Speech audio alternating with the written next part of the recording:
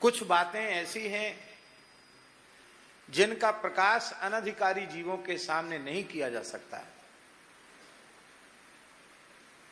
लेकिन यह उनके जीवन का यथार्थ था। मुश्किल से 15 दिन पुरानी बात होगी। प्रातःकाल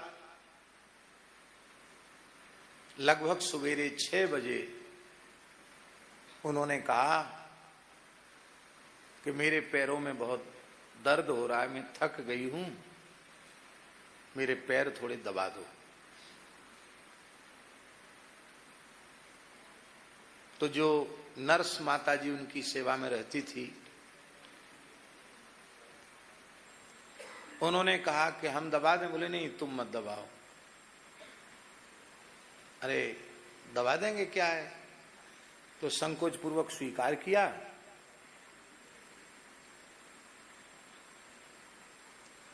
बहुत ध्यान दे करके जो बात हम कह रहे हैं उसको सुनिए। इस युग में इस प्रकार की विलक्षण घटना तो ब्रजवासी है मैया जो नर्स है, क्या मैया आप कहूं जाओ आओ तो हो नहीं, चलवे फिरवे लायक तो हो नहीं, कहां थे, थक गई। तो बोली राधा सखी आई थी अष्ट सखियों के सहित, उनके साथ हम भांडीर बन गई थी। जहां, कहां भांडीर बन। बोले जहां ब्रह्मा जी ने राधा कृष्ण का विवाह करवाया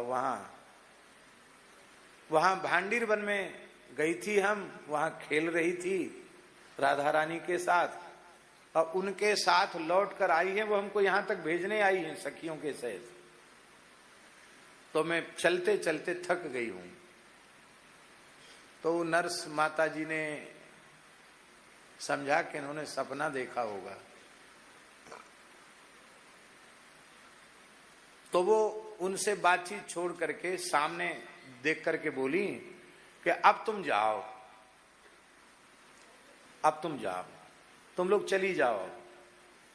तो उन्होंने फिर पूछा किससे बातचीत कर रही हो।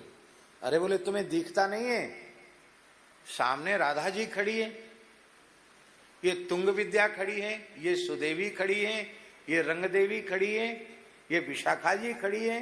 सखियों का नाम लेने लगी। उनको क्रमशः सखियों के नाम याद नहीं थे, सखियों के नाम लिए उन्होंने। फिर चरण से लेके और चंद्रिका तक राधा रानी के संपूर्ण श्रृंगार का वर्णन किया। और बोले ये सामने खड़ी तो है, मुस्कुरा रही, तुम्हें नहीं दिख रही है। तो उन्होंने कहा कि हमको तो नहीं दिख रही है। तो बोले अब उनको देर हो गई, अब गेट खोल दो, उनको जाने दो। गेट तो बंद ही रहता रात को, तो देखो उनसे बच के जाना, उनका शरीर छूना नहीं। तो अभी भी वो माता जी है, वो कहते जैसी मैं उस किवाड़ा खोलने के लिए गई तो मेरे सारे शरीर में अकस्मात रोमांच हो गया, और एक दिव्य सुगंध, ऐसी सुगंध कभी सूंघी नहीं। हमको लगा कि कुछ दिव्य घटना यहां घटी है। और जहां राधा रानी खड़ी थी वहां रज, सखियों की चरण रज, जबकि कमरे में डिटॉल से, फिनाइल से अस्वस्थ होने के कारण 3 बार 4 बार पोछा लगता है, वहां धूल मिट्टी का तो कोई काम नहीं। उस रज को एक पात्र में उन्होंने इकट्ठा करके रख लिया। और अधिक आश्चर्य की बात ये हुई, उनको ये हुआ कि कोई आया नहीं गया नहीं, सवेरे 6 बजे रज कैसे आ गई, चरणों के चिन्ह बने हुए हैं, रज आ गई है। तो वो नली कई बार निकाल देती थी माताजी, तो कपड़े से उनका हाथ ऐसे बांध देते थे। बोले हमारा हाथ खोलो, तुम्हें विश्वास नहीं है। उन्होंने हाथ खोला तो ऐसे हाथ किया तो हाथ में रज थी। बोले ये भांडीर वन की रज है। बोले मेरे चरणों की ओर देखो, तो उनके चरणों में जैसे खूब धूल में चल के आई हूं, उनके चरणों में रज थी। उस रज को भी झाड़ करके रखा गया। इसको स्वप्न कहेंगे, ये प्रत्यक्ष लीला हुई। और अभी अभी की बात, अक्षय नवमी पर माताजी ने हठ किया कि हमको वृंदावन की परिक्रमा करा दो। तो उन्होंने कहा आप ऐसी ऐसी बातें बोलती हो, नर्स ने, वृंदावन की परिक्रमा आप चल तो सकती नहीं हो, व्हील चेयर पे बिठाना पड़ता है, इतनी भीड़ चल रही कैसे परिक्रमा दोगी। तो दिन में कई बार दुखी होती रही, थोड़ी नाराज भी होगी, हमको परिक्रमा कोई नहीं करा रहा, हमको परिक्रमा नहीं करा रहा। अक्षय नवमी के दूसरे दिन 10वीं बोली हम तो परिक्रमा करे आए, अब तुम्हारी जरूरत हमको नहीं है, हमारी राधा सखी सखियों के साथ आई थी, हमको परिक्रमा ले गई, हम परिक्रमा करके आए। का सपने में का नहीं, देखो ये टटिया स्थान की रज है। माता जी ने हाथ खोला तो टटिया स्थान की रज हाथ में निकली। ये देखो टटिया स्थान की रज है। टटिया स्थान में जितने वृक्ष हैं सब रसिक संत हैं, वहां कोई वृक्ष नहीं है। उस स्थल में अभी कलयुग का प्रवेश नहीं है। और उस नर्स से बोली कि वृंदावन की रज की महिमा नहीं समझती हो, वृंदावन की रज के स्पर्श से तत्काल प्रेम प्रकट हो जाता है, प्रेम लक्षणा भक्ति प्रकट हो जाती है। ये रज है, रज।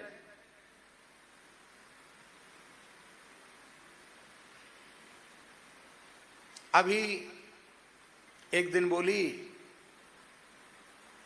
कि बस इसी लीला चिंतन में, लीलानुभव में वो रहती थी लगभग 4-6 महीने से। तो बोली 5 महात्मा आए थे और सखियां आई थी, हमको मानसरोवर ले गए। तो 5 में किसी को पहचानती हो? तो गोरीलाल कुंज वाले महाराज जी का फोटो सामने था। बोले एक तो ये महात्मा थे, दूसरे महात्मा गीता वाटिका के श्री राधा बाबा। राधा बाबा को तो उन्होंने देखा ही नहीं। बोले एक ये महात्मा थे, और बोले बाकी 3 को हम पहचानते नहीं।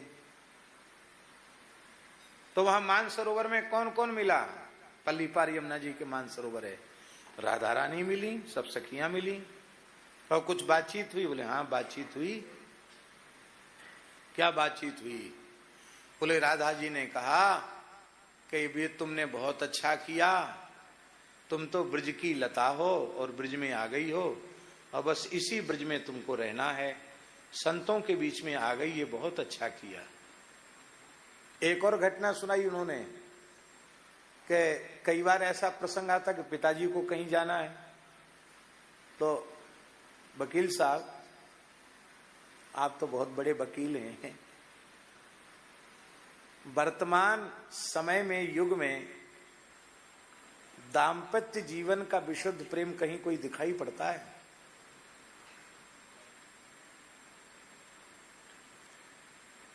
उसका कारण है गुरुजी कि नारियों में पातिव्रत नहीं है और पति सदाचारी नहीं है। प्रेम कहां से होगा? नारी पतिव्रता होती है, पति एक पत्नी व्रत होता है, सदाचारी होता है, उनका प्रेम विशुद्ध होता है।